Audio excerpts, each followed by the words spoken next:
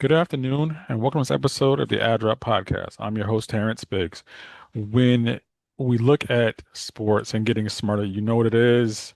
You know him, you love him. He is the pride of El Segundo. Also, Cal State North's favorite son. Also, that's a lot of alsos, but the managing editor of Last Word on College Football, Tony Siracusa.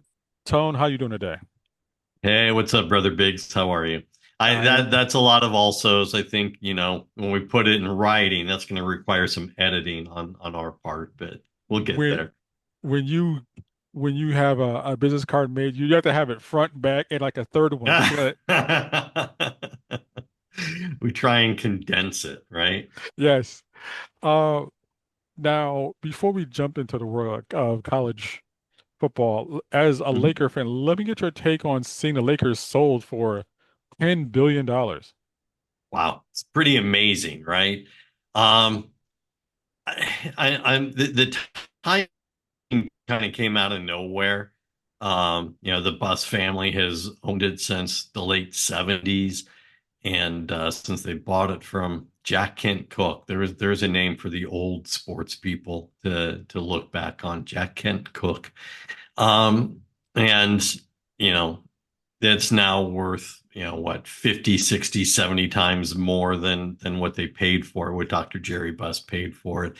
Um, Jeannie Buss, I think, has been a competent owner, not a great owner, but good.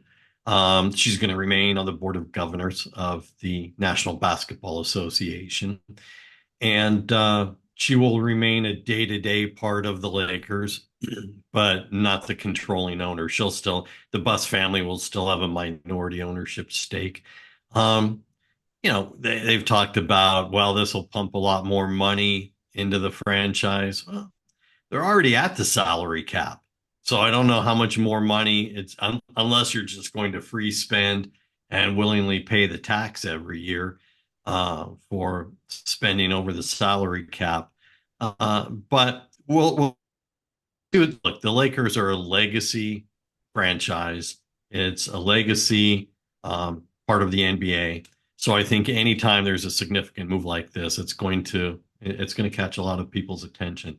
I'm neither excited nor down about it as a Lakers fan. I am a let's wait and see what happens fan.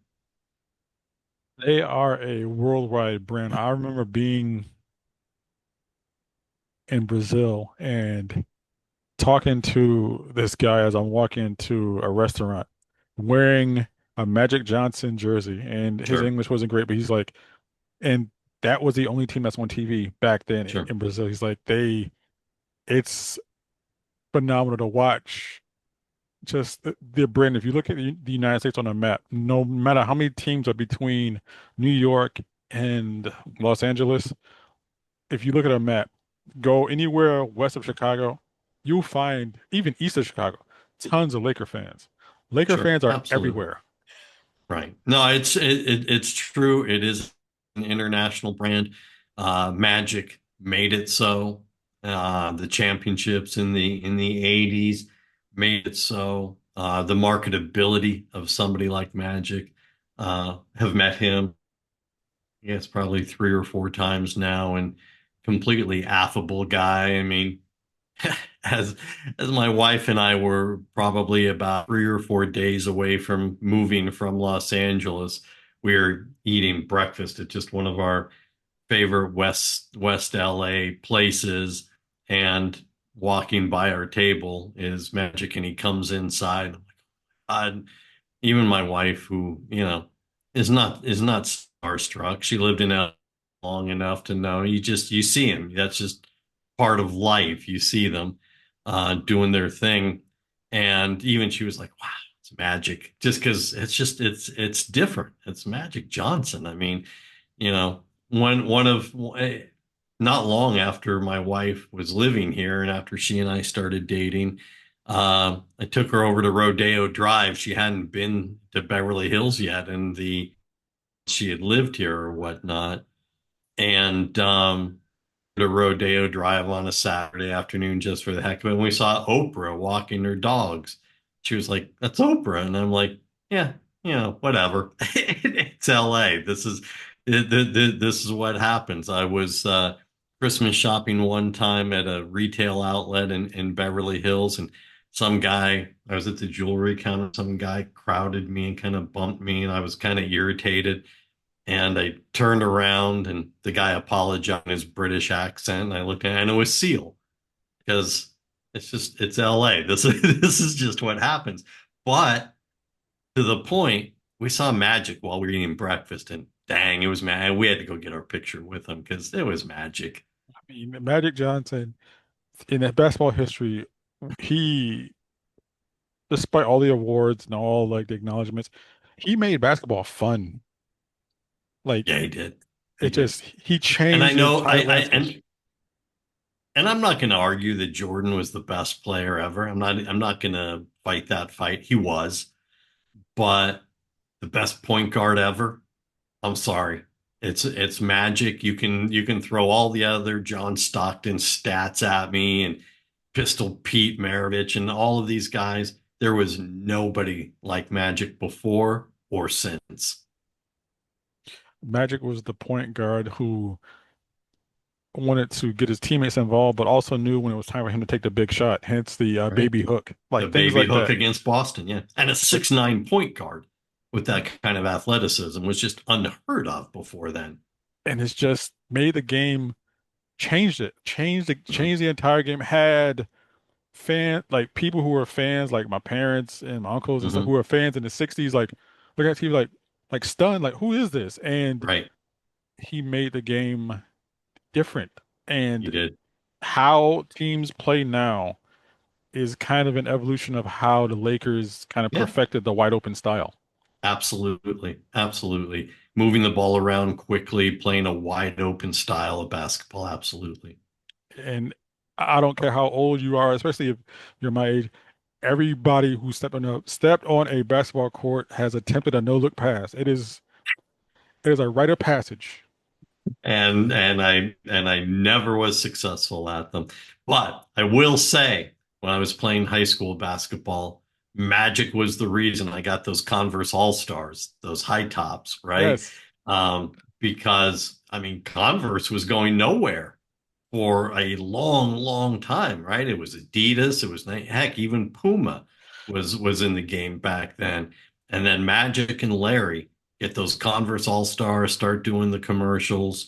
Um, I got the neutral color, look on them for the El Segundo Eagles, who, colors were blue and gold. So, but got that neutral color. But then all of a sudden it was Isaiah's wearing them and Bernard King's wearing them. And I mean, it saved. And not only did he and Larry save the NBA, they saved Converse as an entity as well for a long time. they did. They made Congress a thing again. Yeah, Now, if we spin towards college football, we got to talk. sure. Legal is definitely one of your fortes, and we have the University of Wisconsin suing the University Hmm. of Miami. Can you give the people details?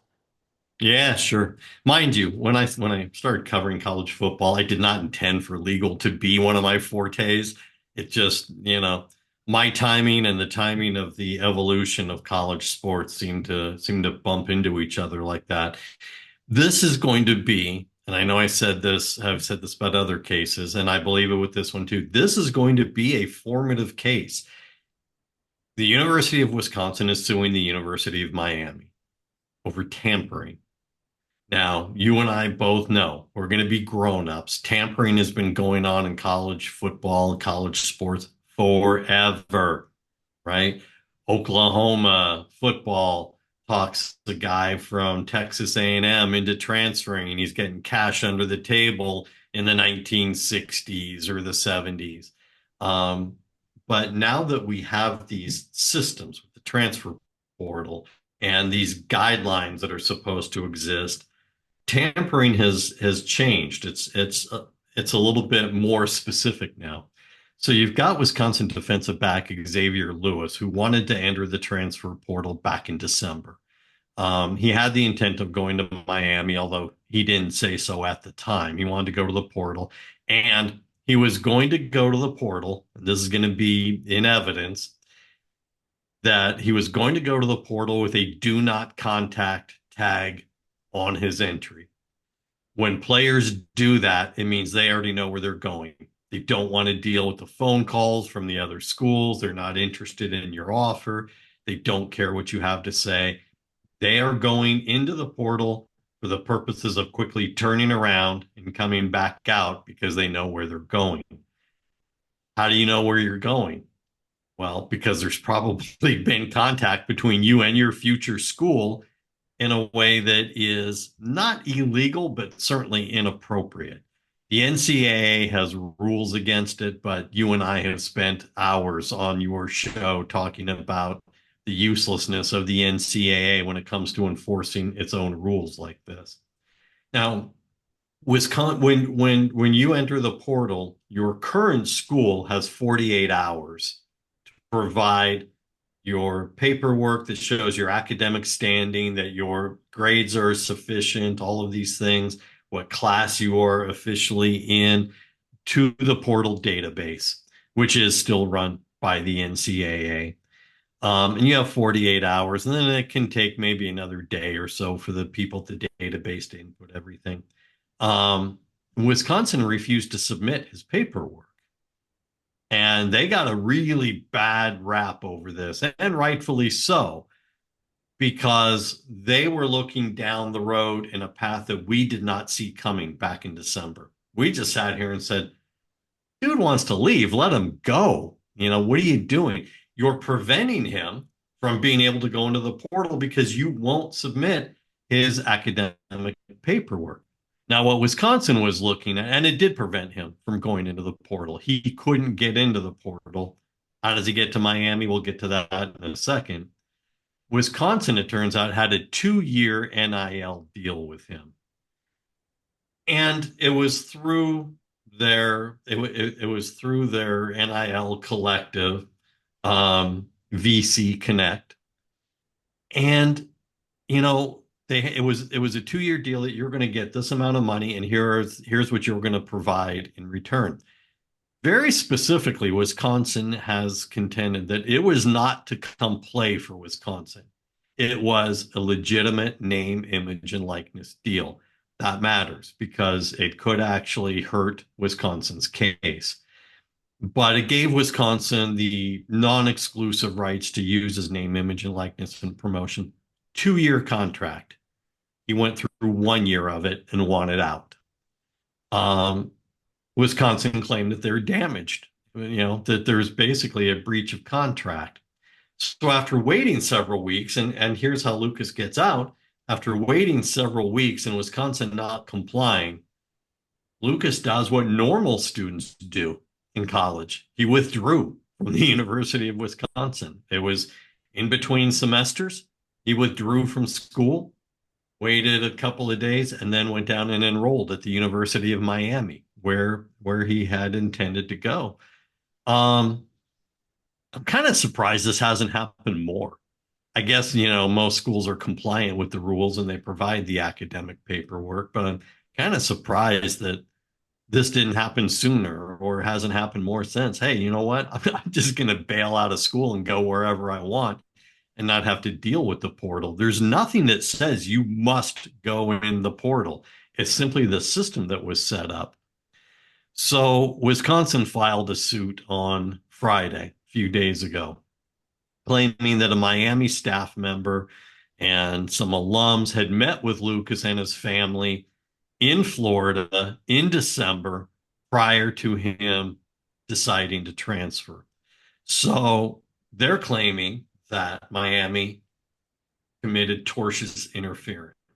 What does that mean? It means they interfered with an existing contract that Lucas had at Wisconsin and thus has damaged Wisconsin because they're losing a player that they feel like they could have held on to. The fact that he disengaged, unenrolled, if you will, withdrew from the University of Wisconsin to enroll at Miami says you were never going to hold on to him no matter what. He was going to find a way out.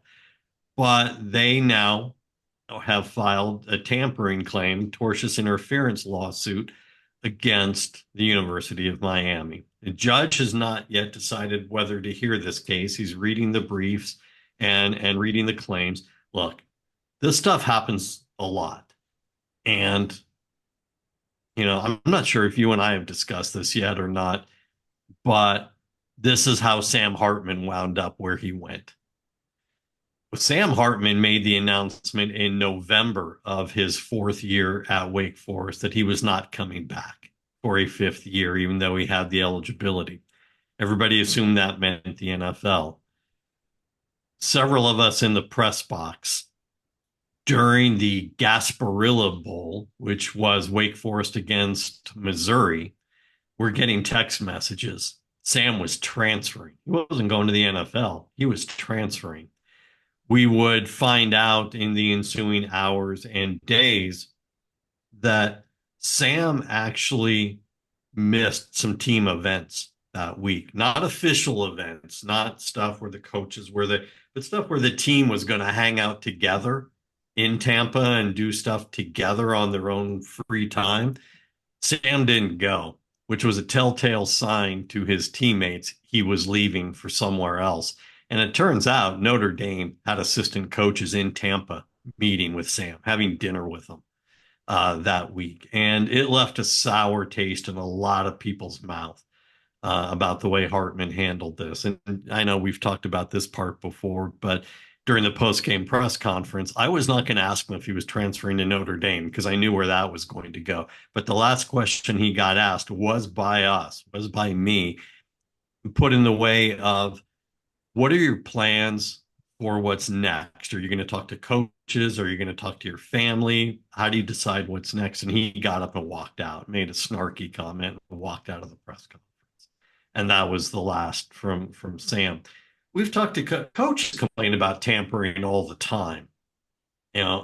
So dozens of coaches have complained about it. I asked Dave Clawson last year when he was still coaching, then why don't you call these schools out?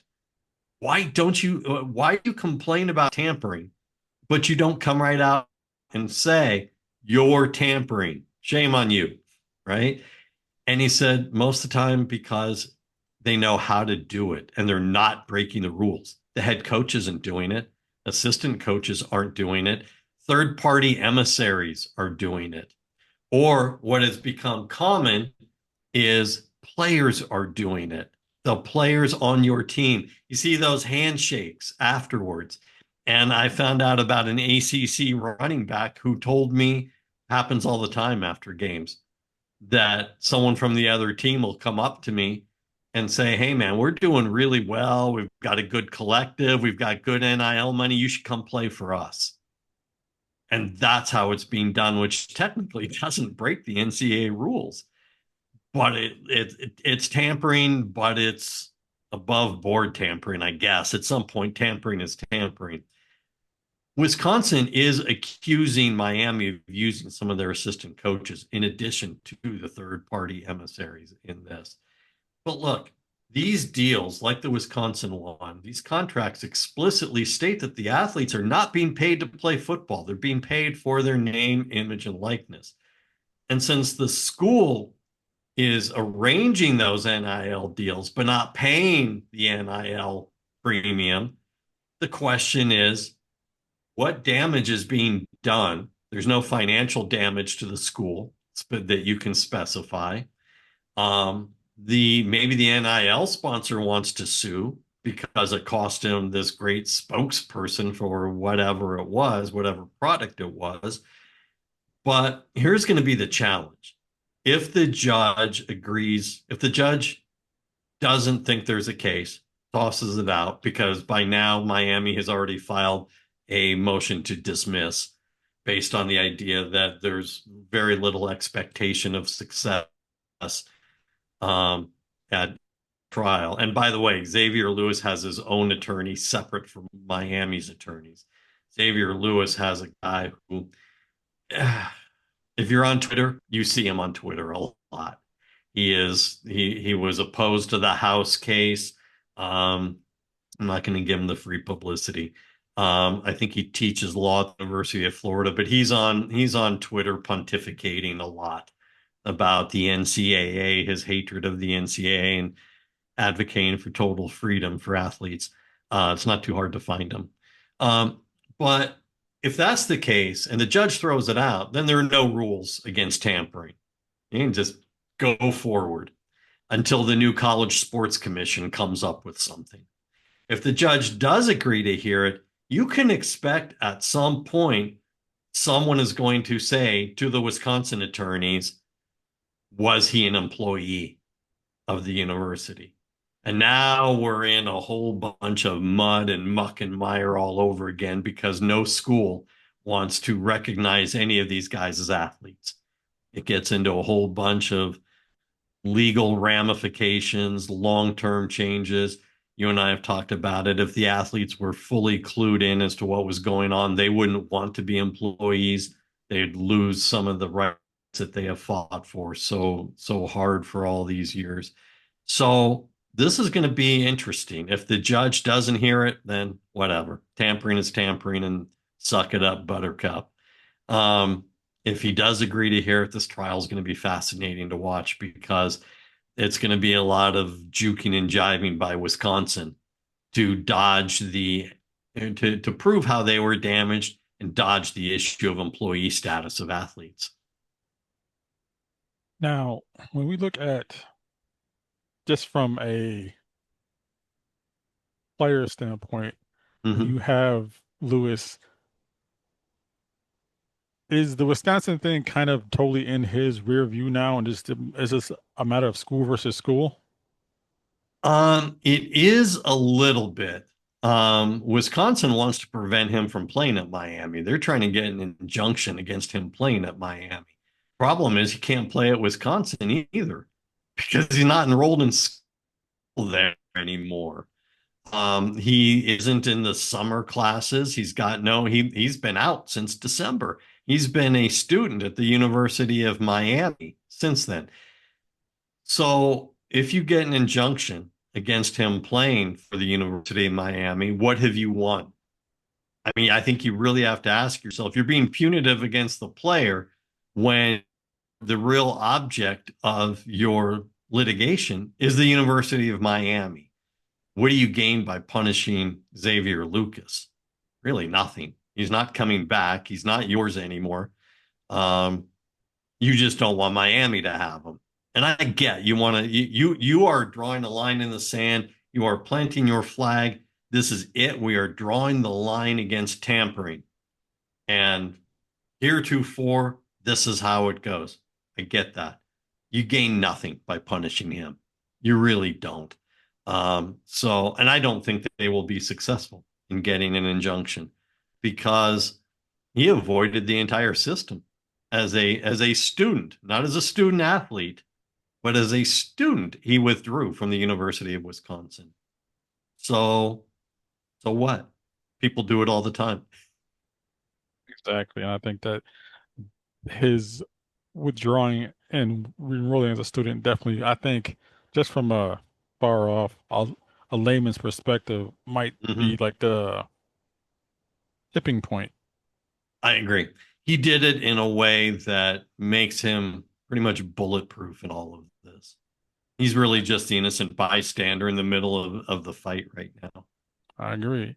Now, in kind of looking at conferences, we looked at the Pac-12 last week. We look at the Big 12, and Hmm. to me, and if some of our listeners are of a certain age, I remember the Southwest Conference and the Big Eight kind of got together, got married, and had, a conference basically. And just to watch, see how many more teams have entered this conference in the preceding years is just wild. I mean, you had a school in Colorado who left the conference, came back, and now, I mean, now they're, within the conference structure. When you look at the conference, what is your overall take on the Big 12 going into the season? I think it's a pretty wide open conference. And when I say wide open, I mean there is no obvious front runner for the conference this year. You're looking at four, maybe five schools who've got a shot to win the conference championship, or at least get to the conference championship game, and play for that automatic qualifying bid for the playoffs. So to me, that makes it wide open. You're looking at any number of schools, and when I say any number of schools, look, West Virginia is not going to win it. UCF isn't going to win it. There's a long list of schools who aren't going to win it, but it's certainly not as top heavy as a lot of the other conferences that we look at. One of the teams that surprised me last year was Arizona State. You had Sam Levitt and the coach Kenny Dillingham. Definitely, I mean they went on a run and they were within a couple of defensive stops of upsetting Texas in the playoff. Mm-hmm. Do you think that they can maybe not repeat the same of last year, but they could possibly make another run? I think they're a contender in the conference. I don't think there's any question about that. Love the job Kenny Dillingham has done at Arizona State. He has become the personality of that team so matches him right now. Very upbeat, very animated, high energy, very impactful. Dillingham is one of the youngest coaches in the country, one of the youngest head coaches in the country, and certainly for a Power Four school. Look, they lose Cam Scatterbo at running back, and I don't care how much of a Sun Devil homer you are. I don't care how much you walk around going, ring man down, with the Sun Devils. There's no replacing that. However, they bring back 16 starters on the team this year, including Sam Levitt, the quarterback, threw for 2,800 yards last year. And so I think that you've got just enough offense. I think what you have to look for with Arizona State this year is the defense.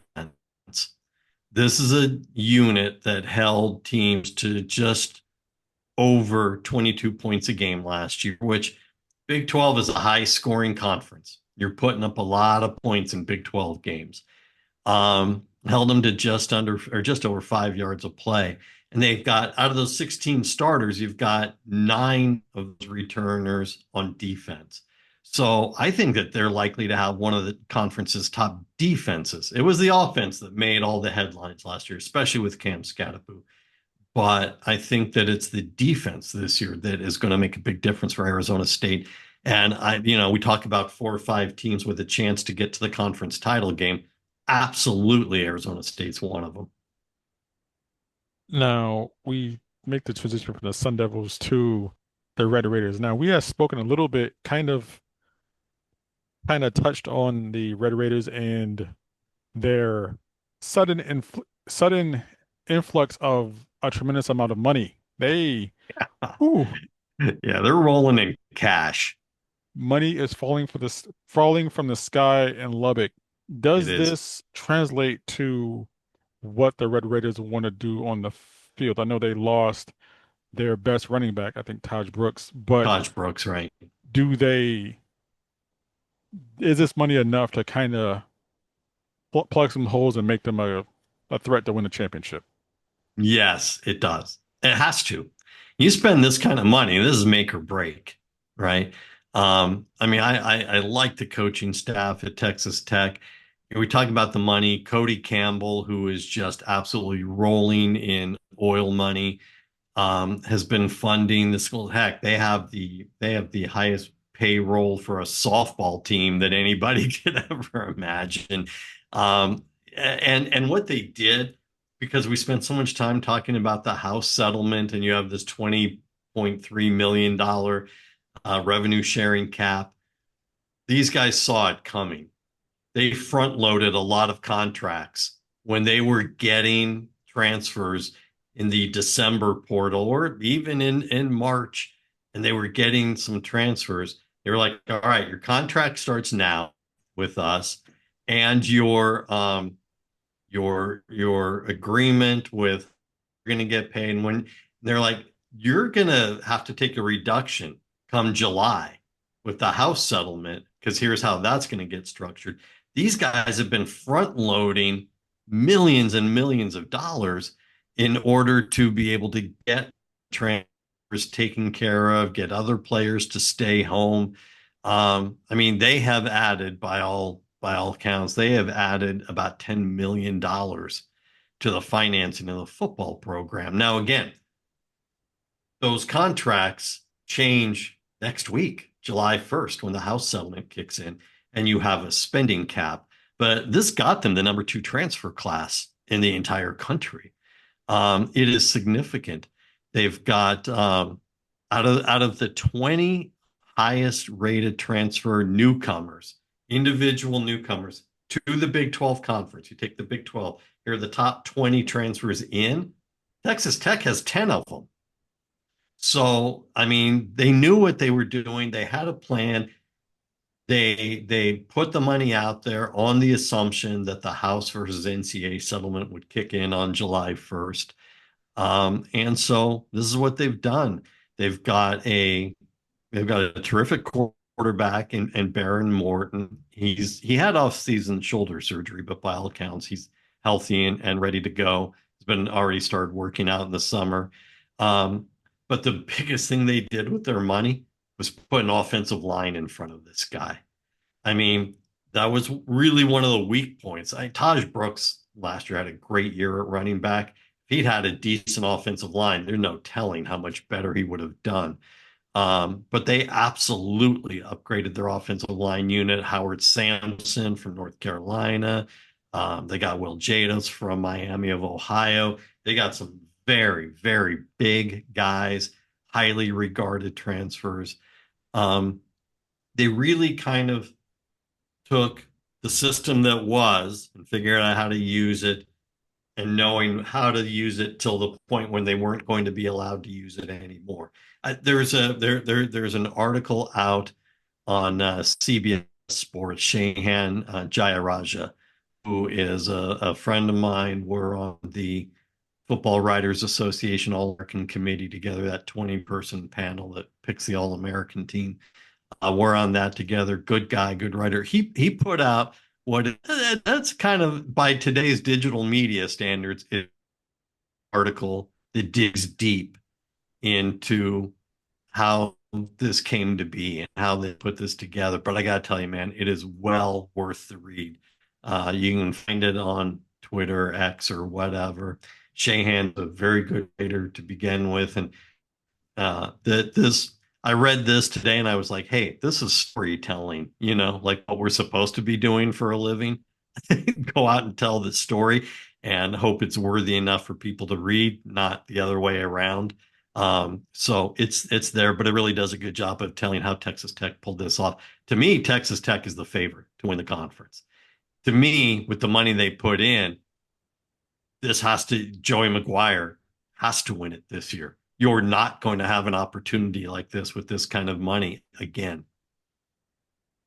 Is this the type of, I mean, to me on paper, I think you're right. The Red Raiders, the resources that just came out of the ground, literally because of the ground and what comes out of It it. was out of the ground, like the But Beverly Hillbillies. yes, exactly that Texas tea. It just Yeah, came the Clampets came to town. exactly. They have made the Red Raiders a threat, and they made Lubbock interesting, which is Not easy to do. it is up there with the greatest miracles in history Sure. of making Plenty that of town. plenty of money for tortillas to be thrown around during the game. They love throwing the tortillas. Yes. Plenty of tortillas to go around. We're rolling in tortilla money in Lubbock. Now, Kansas State, when we look at Chris Kleeman's team, is that Hmm. the quietest 9-4 you've seen in a long time? Right? Pretty much. And part of it is because you're playing in Manhattan, Kansas. Part of it is because even as successful as Bill Snyder was, Kansas State was never at the top of the food chain. Well, rarely. I mean, they had a shot in 1998. They had a terrific run for most of the year. And but yeah, look, this is each of the last four seasons. Kansas State has won at least 8 games, right? Like you said, 9 wins last year. Who's noticing? Other than the fact that Kleeman's name comes up for other job openings, right? What has it got in Kansas State? Well, it's got to the point that your coach is allegedly a candidate for every other major job that opens up across the country. I think he's a terrific coach. He's done a great job. It is not an easy place to recruit. The facilities are okay. They're not great, not by comparison to what other places have done. The NIL money is okay. I mean, it's a lot of, there are not a lot of national brands going after Kansas State players, not the football team, right? So it's a lot of local and regional money, which means the dollar threshold is a lot less than what it is for national brands. Yet they kept Avery Johnson, the quarterback. I don't think any of us would have been surprised to see Avery Johnson hit the portal and go for some more NIL or collective money somewhere else. Last year was his first year as a starter, third year with the program. I'm sorry, second year with the program, but first year as the starter. 260 yards passing a game, and he accounted for 32 overall scores. So he's good. Got a lot of growing to do, but they have a new offensive coordinator also, Matt Wells. And I like Matt Wells, and I think Matt Wells can do big things with Avery Johnson's game and kind of open up the offense a little bit more. Um, and they've got a lot of returning starters off of defense that was really good last year. Um, and if you haven't watched them, and again, I don't mean to diminish them, but because it's Kansas State, because it's Manhattan, Kansas, I'm going to assume you haven't watched them. I don't mean you specifically, because I know you specifically have. Other people, if you haven't watched Austin Romaine, the linebacker at Kansas State, man, you got to catch some Kansas State football. This guy is the best in the Big 12. And as an All American voter, I'm telling you, he's probably one of the best in the entire country. This guy is just a beast at linebacker. He is worth your time watching a Kansas State game just to watch the defense and watch what this guy can do. He really is good. Are they good enough to make a run at the title? They're good enough to be a contender throughout the year. I think, they're going to have some critical games at the end of the year, the last couple of weeks. And I think you got to get over that hump. And until you've proven you can, you are still a contender, not someone who's expected to be there. For me, I see Matt Wells as being the key. If he can kind of Hmm. smooth out a lot of the rough edges that Avery Johnson has as a quarterback, Yeah. Yeah. the Wildcats could do something. If he kind of struggles to pretty much reteach what Johnson how to not just be a dual threat, but be able to sit back in the pocket and be able to scan through your progressions, they might have a rough sledding of it. And on a lighter note, Johnson's got a lot of athletic talent, he but it's does. about how you use it. And this Avery Johnson, when he first kind of came to consciousness, I'm like, wait a minute, that is not the Avery Johnson I remember being a basketball fan. Look a little different. He's not the little 6 foot guy playing for the Spurs. You're right. Now, Jake Retzlaff and BYU, where Yeah. is there any update on his current legal standing and how that affects the team? Yeah, there isn't right now. Retzlaff is the returning incumbent theoretical starting quarterback. But he's got some legal problems. He has a civil suit, and it is important to stress it is a civil suit for sexual assault. And I say that because he's not under arrest, he's not in jail, he's not, fighting to pay bond or anything like that. However, however, I think under normal circumstances, he would be held out anyway while this goes on. This is BYU, which has a morals and ethics code for all of its students, athletes included. And so there are some issues there. Can they do well without him? Well, it's going to be harder. It's look, these guys they were undefeated. People forget this already. They were undefeated for most of the last season. They lost their last 2 games of the year and wound up 11-2. They lost to Arizona State and to Kansas last couple of weeks of the year. And that kind of burst the bubble for Lonnie Sataki, who, by the way, is one of my favorite head coaches in the country.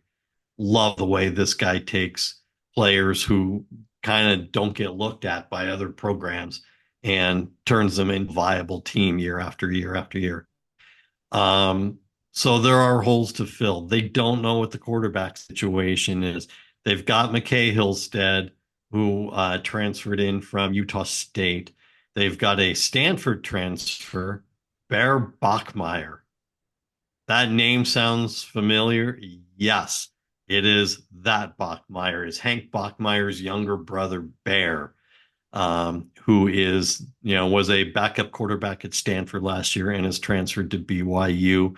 I believe his other younger brother, Tiger, also transferred from Stanford. Yes, Tiger and Bear. Um, Hank was the only one with, just your average run of the mill name. Um, by the way, Hank Bachmeier's son, because he just had a son, gosh, I'm going to say about 6 months ago. His name Bronco. It is both a tribute to his father, I'm sorry, his grandfather, whose birth name was Bronco, and to the fact that he played most of his college career for the Boise State Broncos. It's a bit of a tribute to both. Anyway, so they've got other quarterbacks. They just aren't as experienced. They aren't as game ready as Retzlaff. They've got a really good running back, which obviously helps a young quarterback. If you've got to go to one of these younger guys, they've got LJ Martin, who ran for just under 800 yards last year. So they've got a good running game. And count on with you is they always, always, always have a big developed offensive line and defensive line. And I'm not saying this to be snarky about it. It's legit. When you have guys who are 2 to 3 years older than most everybody else on the other side of the line from them because they went on a 2 year Mormon mission between high school and college or right after their freshman year at BYU, somewhere along the path, they went on a 2 year mission. They're bigger, they're older, and I realize there are restrictions when they go on their mission. They're not supposed to be working out or tossing the football around or doing any of that. They're there for a bigger purpose. But just the fact of the matter is, when they come back and they hit the weight room, they're physically bigger and older and they develop faster. And that's not to be overlooked. BYU is going to have a very good offensive line again this year. One of the things that I think will help Retzlaff is the fact of that defense. I think they allowed 19.6 Mm-hmm. points a game, which was, I think, 18th overall in FBS. They, like you said, that the maturity and the strength up front makes everybody else behind Yep. them play a lot faster and a lot more aggressively. Yeah, that front seven for BYU on defense was really, really good last year. And I think they have six of the starters on defense back. So that's going to matter. Now, looking at Iowa State, Hmm. Rocco Beck comes back, but he loses Sure. his top two receivers in Higgins and Noel. Does Right. this prevent the Cyclones from being there at the end, or does Beck's talent and leadership and Matt Campbell's ability to kind of look in the portal and kind of grab a guy here, grab a guy there, be enough to kind of carry them through? I think they're a legitimate contender. I think that yeah, they lost Higgins, they lost Noel to the NFL. They got Chase Soul, the wide receiver from East Carolina, who's really good, and they got Xavier Townsend from UCF, who's really good. So he's got some weapons. They aren't as good as last year's receivers, but they can be completely viable for Becht. And I like Becht. I mean, what, 34, 3,500 yards passing last year. Really good offense. And I think the defense is going to be improved as well. Um, the Iowa State defense was okay last year. I mean, it was 59th nationally and, total defense. But they had some injuries. They look to be healthy again. I think John Heacock, the defensive coordinator, I expect him to make some significant improvements in the schemes and the readiness. Obviously, injuries are always a factor. They are for everybody in the country. That's just the way it goes. But I expect the defense to be greatly improved. Look, last year, I think you and I know, can go through this conversation every year. Matt Campbell's name gets brought up for every head coaching opening every year, right? Where is Matt Campbell? Because he's pulled Iowa State out of obscurity. Last year was actually the first double digit win season in program history, in the history of Iowa State football. And Matt Campbell made it clear that he intended to stay. His name was going to get brought up, and he made it clear very early on because he wanted to send a message to the transfers that he knew they were going to need at key positions on offense. I'm staying. I'm not taking another job. He didn't interview anywhere else. He didn't do anything. He made it clear that he was there to keep guiding Iowa State. Um, right now, I think if I were to look at Iowa State, they would be my number 3 team in the conference. So probably the best chance of nudging out either Texas Tech or Arizona State, because those are my 1 and 2 programs right now for the conference championship game. Iowa State's breathing down their neck at number 3. Now, Colorado lost so much in far as the NFL, losing their quarterback, Shedeur Sanders, losing their top wide receiver and a top cornerback, and Travis Hunter. Dion brings in Caden Salter from Liberty, which Salter's athletic, Uh-huh. but that accuracy is bad. It's bad, bad. That is. I think part of it was the Liberty offense was bad. So how much of that was on Salter? How much of it was on the coaching staff, the scheme, the lack of talent there? It can go any which way. Look, this is a real transition year for Colorado, right? They went 4-8 in Dion's first year, but there was hope. There was, looking at down the road, and it paid dividends. They had a great year last year, right? I mean, they went 9-4. They were 7-2 in conference, just a year after going 4-8.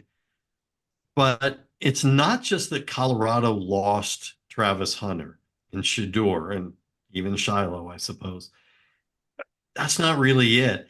It's that Dion has had these guys not for 2 years at Colorado, but for their entire college careers, right? He had them at Jackson State.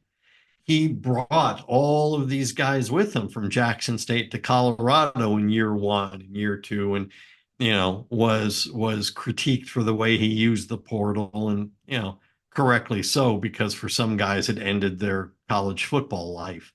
Um, but so it's not just, well, it was a couple of years at Colorado. No, this was a 4-year process for a lot of these players who are no longer with the program, no longer with the team. They've, used up their eligibility, graduated, whatever the case may be. And it's not just Shedeur and Travis. It's a lot of players who followed Dion from Jackson State or went to Colorado because of Dion, and they're gone now. And so he's got 33 transfers for this year's team, which seems to be pretty typical Dion numbers, I suppose, at this point. Maybe even a little lower than the previous 2 years. He's got 13 high school recruits who enrolled in January and were there for spring camp. But you're right. I mean, you start with, where's the offense going to come from? I mean, Caden Salter was, yeah, but you talk about his accuracy. He had a better 2023 than he did 2024, right? I mean, he had 32 touchdowns and 6 interceptions 2 years ago. Last year it was 15 touchdowns and still the 6 interceptions. His touchdown to interception ratio got worse as he got older. He also threw for about 900 fewer yards last year than he did the year before. He's a 1 year rental, and that's just the way it works with the portal now, but that's it. How much development does he have left in him? And then you got to ask about Dion. There are health concerns about Dion. He has admitted that he's taking some downtime for we don't know how long. He didn't say how long. Depends how long. He's had some health problems before. He had toes amputated because of circulatory problems. And look, I don't take this lightly, man. I mean, I'm not a doctor. While I attempt to play a lawyer on your show, I won't attempt to play doctor. I won't do that with somebody else's health. I'll stick to the alleged legal profession. Um, but how is he? Is he going to be okay by the start of camp? We've got, as you and I sit here and record this, we've got about 3 weeks, and no, not even that, 2 weeks until conference media days start rolling around. And right after that, you've got camp. You've got fall camp starting. Is he going to be ready? I hope so. Because I hope he's healthy. I'm not a huge Dion fan the way he's run the program and kind of milked it into the Dion show. Not a big fan of that, but I hope Dion is in good health and I hope he's okay. And that would mean that he's coaching. But man, I just don't see a lot of there. I mean, as we're looking, we talked about the top five that I think have a shot to play for the conference championship. Colorado's not in that. And to me, looking at what they lost, looking at what they picked up in the portal, they got some decent players in the portal, but no headliners there, man. No one who is going to take this offense and turn it on its head the way Travis Hunter did and the way Shedeur did. I mean, to me, they're going to struggle to get to 6-6. I think they will because, like you said, there's too much uncertainty, and like you said, health and Dion. Does he have a trusted assistant who will be able to run the ship in case of anything that may worsen for him medically? We don't know. He Sure, has I a mean he's got a good staff, but they're not Dion. mm-mm.